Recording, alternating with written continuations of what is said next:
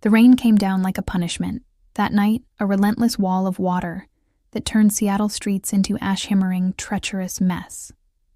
I was hunched over the wheel of my Toyota Theon I'd been driving for Uber since my graphic design job went remote, and left me scrambling for cash. The windshield wipers groaned, barely keeping up with the deluge, and the dashboard clock glared 11:47 p. My hands ached from gripping the steering wheel. My eyes burned from too many hours awake. And the heater hum was the only thing keeping me sane. Most nights I'd be home by now, nursing a glass of cheap marrow, pretending the silence in my apartment didn't choke me. But tonight the rent was due, and my husband Mark was predictably at some client dinner that had stretched into the early hours. If he came home at all, I was about to log off the app when a ride request pinged some guy stranded near Capitol Hill. A few blocks away, one more. I muttered, flicking on the blinker. The rain lashed harder as I pulled up to a flickering streetlight, expecting the usual, a frat boy swaying from too much beer, or a tech bro barking. Into his phone, instead. There he was, soaked, through no umbrella, just a dripping hoodie pulled tight around his shoulders. He looked young, mid-20s, maybe with water streaming down his face. I rolled down the window. Rain splattering my sleeve. "You the one who called?" "Yeah, thank God," he said, voice row, but warm like a growly. Song breaking through static, he slid into the back seat, water pooling around him, and flashed an apologetic grin. "Sorry about the mess, didn't sign up for Amen soon." I caught his eyes in their view mirror. Hazel sharp framed by wet. Lashes and my stomach did a little flip. Not annoyance. Not fatigue, something elsewhere too. I asked. Shaking it off, he gave an address downtown, then leaned back. Raking a hand through his dark, messy hair, "Name's Ethan," he said unprompted, like we were already past the stranger face. "CLA," I replied, surprising myself. Most passengers don't get my name, just a grunt and a tip. If I'm lucky, the drive started quiet. Just the hum of the engine against the rain's roar. Then he broke the silence. "Rough night to be out, huh? You do this a lot?" I shrugged, eyes on the road, enough to keep the lights on. Beat sitting home waiting for nothing. I bit my lip, cursing myself for letting that slip. He didn't pry, just nodded. "I get it. I was at a bar friend's birthday, but it stayed too long. Missed the last bus, guess. I'm the idiot tonight. Is murked, could be worse, you could be swimming." He laughed, a low, easy sound that cut through the gloom like a spark. We kept talking small stuff at first. The storm, the city's quirks, but it shifted, he asked. About my favorite spot in Seattle, the pier at dusk when the sky bleeds orange, and I asked why he was out alone. He shrugged, said he liked his own company sometimes. His voice had this Pool L, steady and unhurried, like he wasn't just passing time. By the time we hit downtown, the rain had eased to a drizzle, and I found myself slowing down, stretching the moment we pulled up to his building.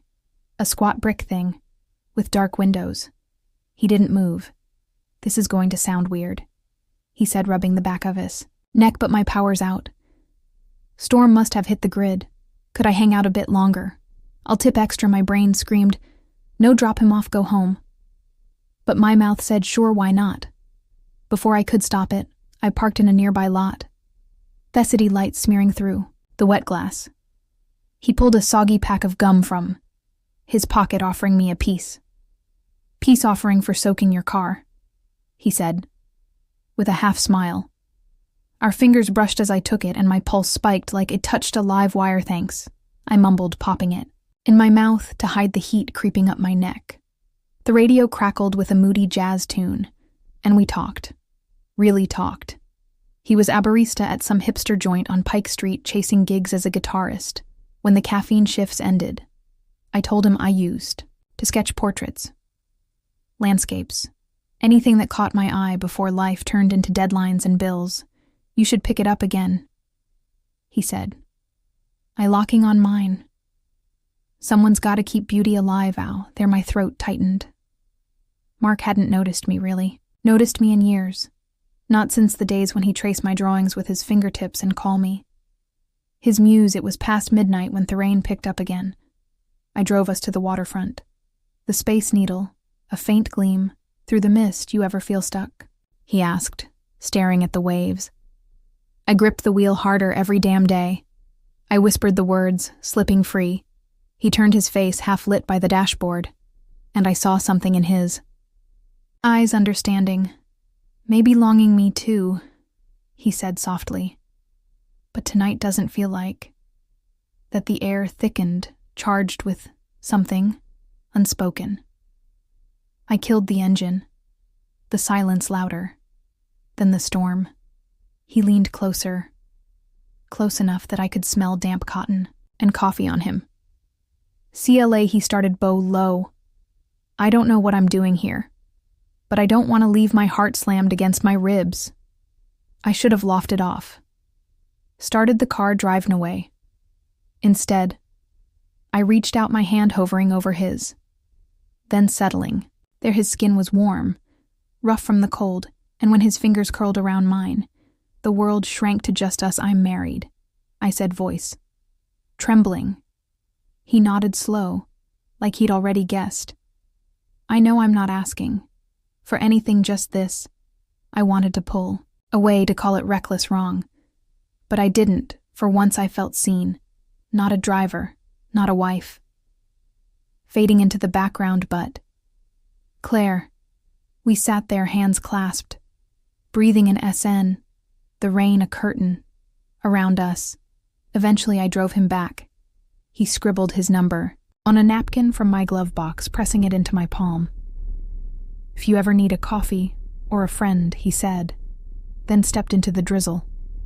I watched him vanish into his building, the napkin a quiet weight in my pocket. The next few days were a blur of routine driving, sketching half-hearted lines in my notebook, dodging Mark's distracted grunts when he was home. But Ethan lingered a ghost in the corners of my mind. Then a week later, I saw him again. I was grabbing coffee at a gas station near Pike Street, my hair a mess when he walked in guitar. Cass slung over his shoulder, he froze, then smiled that same half-cocked grin Claire didn't expect. To see you off duty. I fumbled my cup, nearly spilling it. Yeah, just refueling you. He nodded at the counter. Late shift, you. Sticking around is shouldn't have. But I did. We sat on a rickety bench outside, sipping burnt coffee. The night air crisp after another rain. He told me about a gig he'd landed at a dive bar. How the crowd was small, but loud. I admitted I'd sketched the waterfront. After that night, his silhouette in the corner of the page, I'd love to see it. He said, eyes bright. My chest tightened. Maybe sometime I lied. Knowing I couldn't let him that close, our nez brushed under the table. Accidental butelectric, he didn't pull away. And neither did I. You're different than most people. I meet, he said, boy. Soft. Like you're carrying something heavy, but you don't let it show.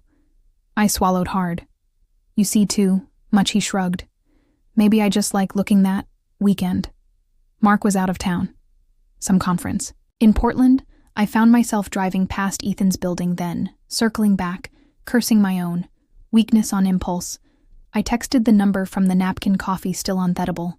He replied in seconds, always meet me at the pier. The pier was quiet. The water, lapping at the pilings, the city lights flickering like stars.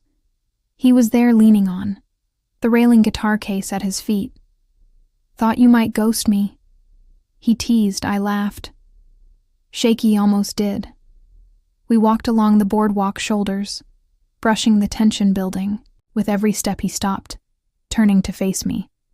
CLA, I don't know what this is, but it's killing me to pretend. It's nothing. My breath caught. It's not nothing.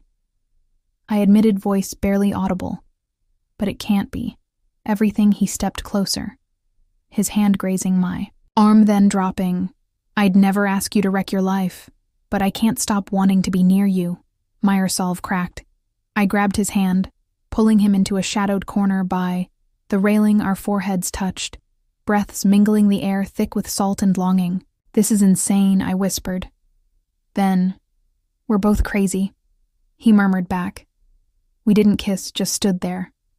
Hearts pounding, a line uncrossed but fraying. Weeks bled into months. Mark stayed oblivious, his late nights A constant hum in the background. I kept driving, kept sketching Ethan's face showing up in my notebook, more than I'd admit we'd meet sometimes. Coffee runs late night to walks stolen. Moments that felt like air to my drowning lungs once he played me a song he'd written, his fingers strumming the guitar in a dim alley behind his barista gig. The lyrics were about rain and restless hearts, and I knew they were for me. Your trouble, I joked, voice thick only. The good kind. He shot back, grinning one night after a fight with, mark him slamming the door over some petty thing. I drove to Ethan's street, parked, and sat there, rain tapping the roof. I called him. He answered on the first ring. You okay? He asked, voice soft no. I said, tear stinging. Can I see you? He was downstairs, in minutes sliding into the passenger seat. His presence, a balm we didn't touch, just talked about my crumbling marriage, his dreams, the mess we'd stumbled into. I hate that you're hurting, he said, eyes fierce. I hate that I can't fix it. I laughed, bitter. You already are back home. Mark was asleep. The apartment, cold, as stood by the window, rain streaking the glass, and pulled out my sketchbook. Ethan's face stared back at me, dozens of versions, each one sharper, more alive. Mark shuffled in, blurry-eyed, drawing again. He mumbled, glancing at the pages, nice hobby he didn't see. The man in the lines didn't see me slipping away. I tucked the napkin, worn now ink, fading into my drawer, its way to quiet rebellion. The rain kept falling, a steady pulse, Tommy unraveling life I could call Ethan. Tomorrow meet him at the pier. Let this thing bloom into whatever it might be. Or I could burn the napkin. Stay with Mark, keep pretending the silence isn't killing me. I traced the sketches, with my fingertips, his hazel eyes staring back, and felt the pull of a choice I couldn't dodge forever. What happens when the storm clears, and I'm still here, torn between a man who doesn't see me and one who does too much, the Anwars out there in the rain, soaked streets waiting for me to find it, but tonight I just stood there, pencil in hand, sketching a future I'm too afraid to claim.